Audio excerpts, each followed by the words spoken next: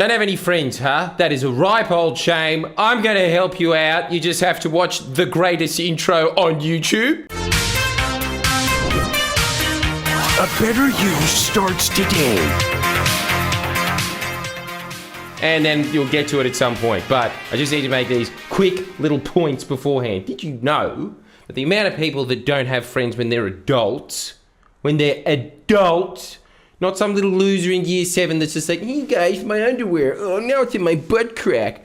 Talking about people that should be getting that. Let's be honest, there's probably a lot of those losers that have just grown up. But anyway, the point is that the numbers of people that claim that they have no friends as an adult, how's this, has doubled within 5 years.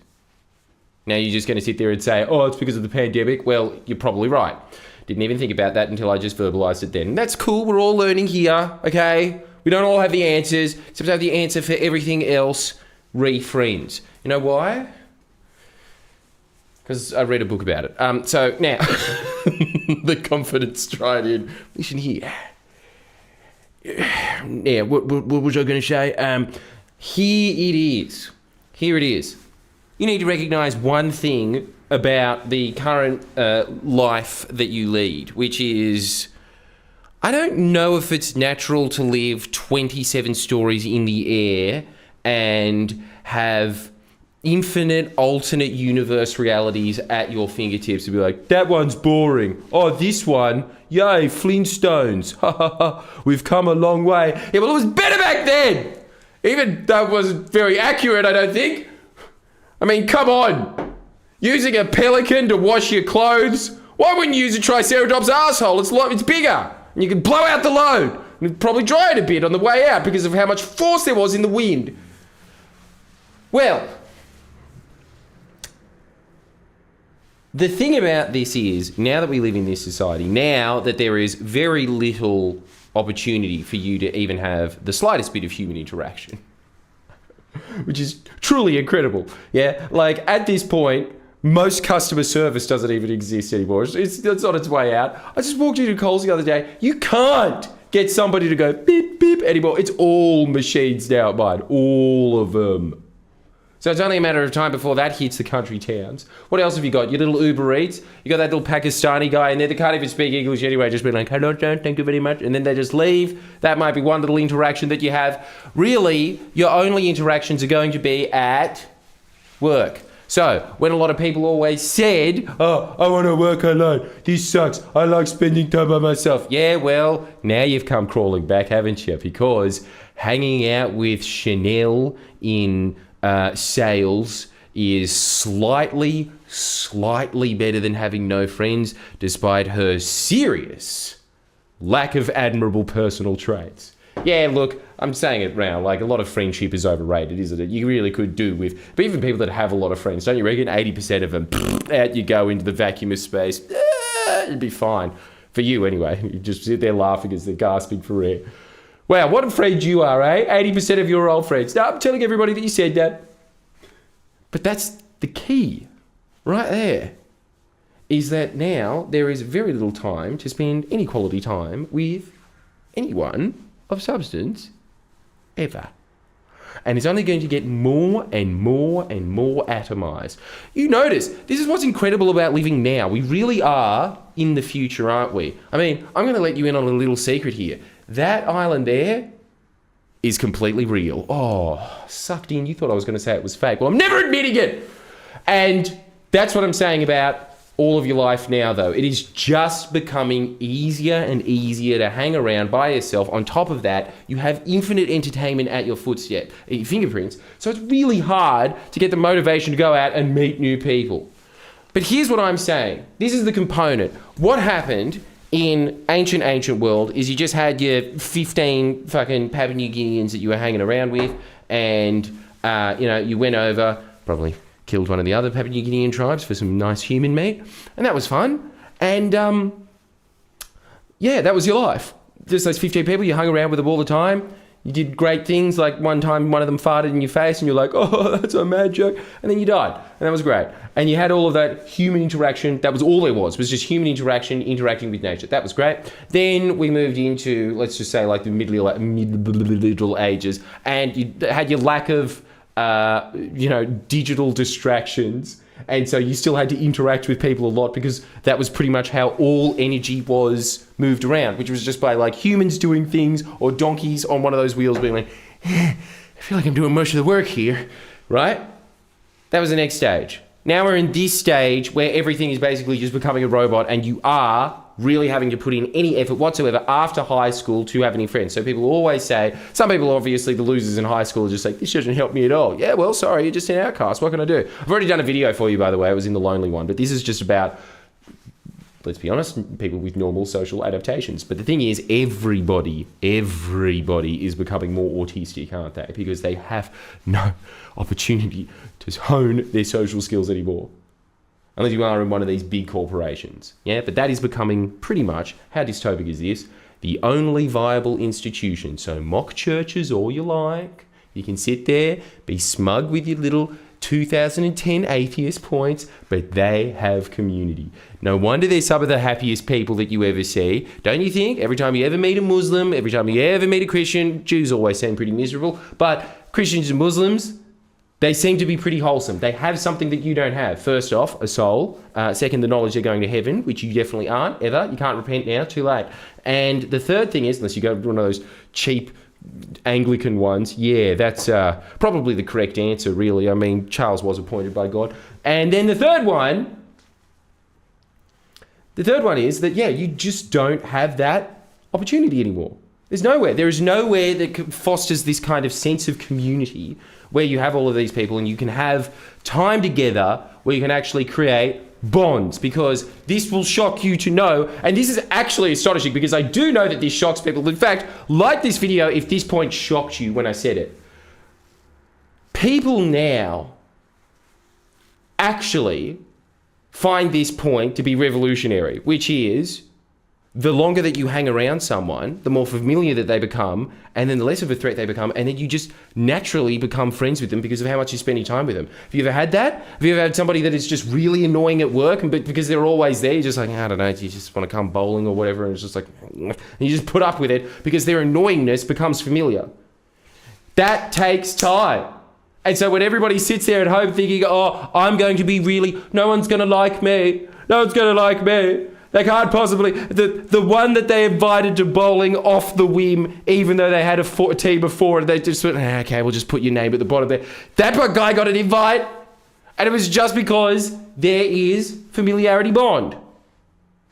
So what are we missing here? We are missing institutions where people hang around with each other long enough to become familiar, like word there, family, familiar, kind of like that link there where they kind of become an extension of your family. We're missing them and we're replacing it with, hello, little screen images of me or whoever you watch.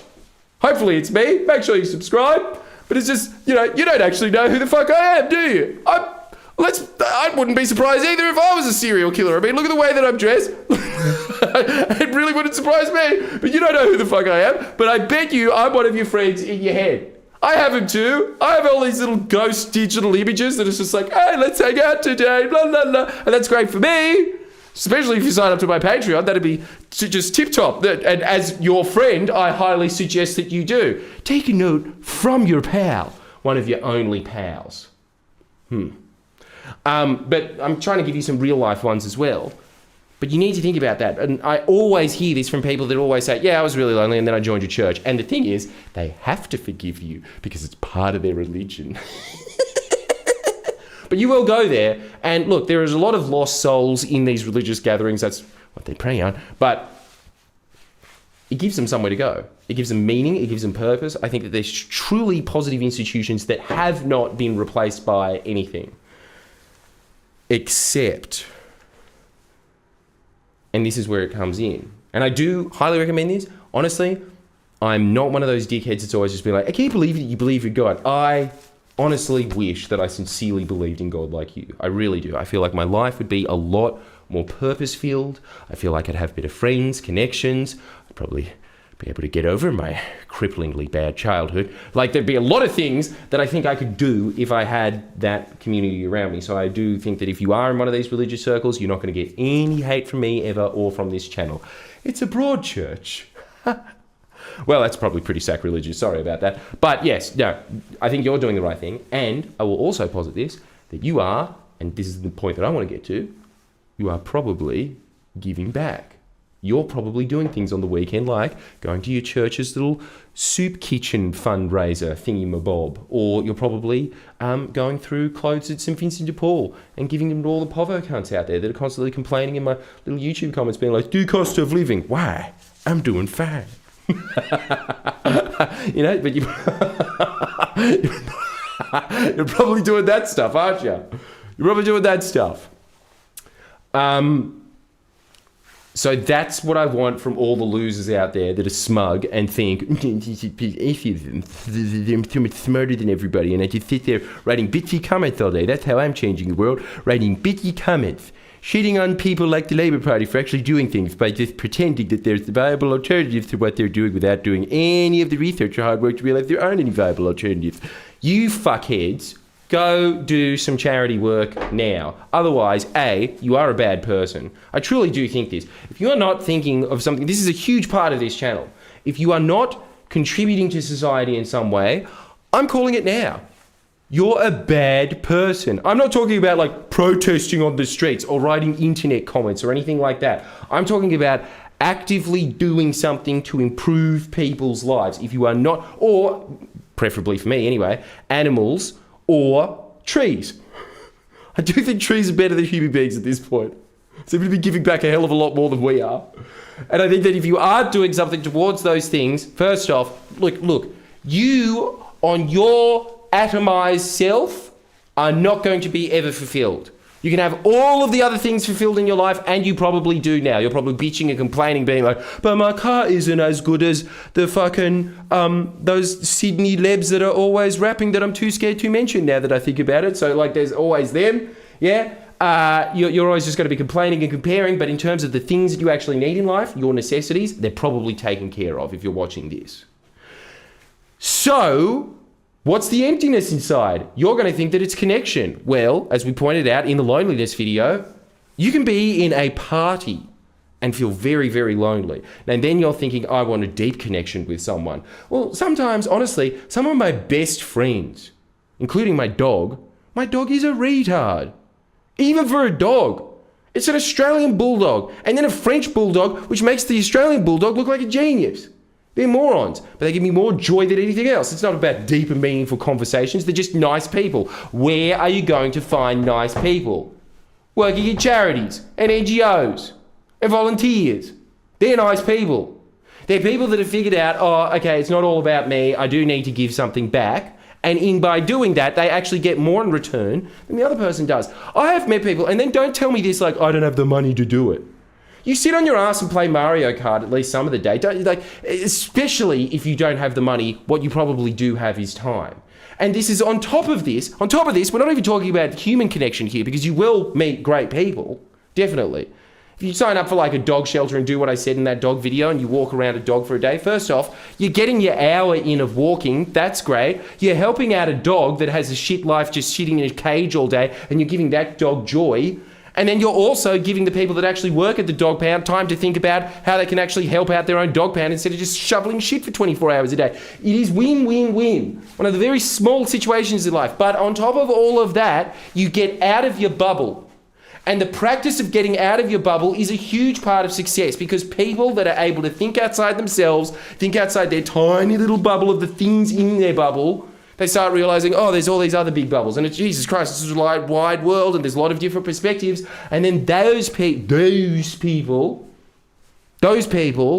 are the ones that are more successful. They pick up things because they're reaching stimulus in the real world. And when they have these stimulus, what is one of the big, unique advantages that leads to most fortunes? It is when they recognize there's a gap in the way that things are being done and they can do it better. And you do not get that by bitching on the internet about fucking Andrew Tate. You get that by going out and seeing the world. And you can do that very easily by just, what are you passionate about? What is something that you want to give back in now? You can do it right now. And you can gain friends, and you can gain insights, and you can gain experience, and you can learn things about yourself as well at the same time. And most importantly, you'll feel fulfilled. That feeling of loneliness and emptiness, I can guarantee you that'll be gone. On top of that, if you're one of these guys that's always been like, how do I get a girlfriend? Can you imagine going on your next date and saying like, yeah, not to brag, but I volunteer at the local dog pound? How wet do you think they're going to get? Ladies, answer in the comments. Seriously, tell me right now. If you hear that a guy does some volunteer work for like a soup kitchen or something like that, what does immediately go in your head? Oh, he's not in the questionable serial killer category like Jordan Shanks is. So volunteer, you cunts. If you don't have any friends, this is what you need. You need an institution. That used to be church. It's gone now. That used to be the factory. Gone. All these things are gone. The only things that make like high corporations that are filled with actual sociopaths anyway, really all that's left is all of these organisations that need endless manpower doing things that you can definitely help with. Wires, that's a great one. Animal Rescue Cooperative, incredible work. This is what I'm talking about before. When you sit there and say like, I don't have the time to do it. I knew a woman there that was unemployed. I gave her like $1,000 because I felt so sorry for her and a new phone. I think actually might have given her more, but anyway, like she was a saint. She was a saint. She was going to TAFE. She was doing some kind of like internship with the local porpoise pool and learning like how to swim with the dolphins. And in the meantime, in all of that, she was doing all these runs from Queensland to New South Wales of getting all these mutt dingoes and bringing them down to people that wanted them in New South Wales. Didn't have real money for it and stuff. People used to just donate petrol to her to go do that stuff. She had no money at all.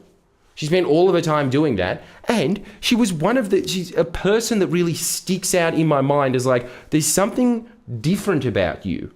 You're just better than the rest of us. Do you want that feeling? Do you want that feeling instead of just trying to inflate this smugness online all the time of like, this person's an idiot, even though they're much more rich and successful than me. But they're fucking stupid. I'll think of a justification for why later. What if instead you didn't have time for that and you were making great connections and you actually had actual self-esteem instead of just inflated self-esteem, because you have the thing in the back of your head that has always been the thing that has got me through the darkest times in my life. When this press has gone after me, when, you know, there's just a huge crafted Twitter like pile on, or like, getting arrested. That was a pretty big thing, you know, when Christo was arrested, when my house, that was pretty fucking big. You know what? All of it, walked through with it in ease. You know why? Because at the end of the day, my soul was clean. I knew I was doing the right thing. That is the path of shining torch in the darkness. That's what's going to get you through the worst parts of your life. Whenever you have those points where you think, I suck, this is terrible, I'm bad, all of that goes away because you do have the thought in the back of your mind that, no, I'm giving back and I'm doing more than most people are. And that confidence in itself is going to make you feel a lot better the next time that you are talking to someone. There's going to be some little level of inner confidence in there because you realize that you're actually contributing. You're not just a leech. I really feel like that a lot of today's anxieties, but all these people are like, I'm anxious and shit like that. So it's like, no, you're just a fucking leech. You don't do anything for society. And you know it. So get off your ass. Volunteer for something that you are actually passionate about. Learn some skills in it that'll probably help you out anyway. It's great for your resume to say, I actually do something for this charity. Like I just worked at Wise for a bit or something like that. Again, just like the chick at the bar, your employer is going to be like, probably not a sociopath, right? And then if you are a sociopath, it's a great disguise. So if you like that, make sure that you sign up to Jordan Shanks. I can give you more advice and yell at you about why you're a bad person and make you do some more things. And I do think that you do need that. You actually do need some tough love, especially in this day and age, don't you? And let's be honest, a lot of your friends, they're nice people, they're not going to tell you it, are they? Especially because most of them don't know this stuff and they're losers. Let's be honest, right? And you want to be a winner. So make sure that you sign up to Jordan Shanks. You will be getting up to 3 videos a week. And if you go for all those 3 videos, you will be getting basically a video a day. What life coach? You would have to be a very, very rich person to afford a life coach that gives you the same amount of content and access. And I'm giving it to you for less than a meal, for the full thing. Or you could just get 1 video, and that's less than a fucking Snickers bar. Nothing. It costs you next to nothing, and you will get more value out of it than anything else for that investment. I guarantee it. I guarantee it, or not your money back, but you can quit any time. And it is just the thing that got me to where I am today. Self-help. I swear by it. Anyone that I ever read in the comments that is saying like, snake oil salesman, you're just like Andrew Tate or anything like that. Dude, I know you're going to have a shit life. Best of luck to you. For the rest of you people that actually get it, give me money. But, you know, at the very least, watch me. Right? Just sign up for free. Sign up for free at the very least. Because I'm just telling you now, you need someone telling you constantly, keep striving for better things. And at the same time, while you're striving for better things, pat yourself on the back for the things that you have achieved. Those are two things that I don't think that we do enough, and we didn't do it at all this video, and we will in the next one. Maybe, I don't know what the next one is. The point is, this one's gone off way too long, hasn't it?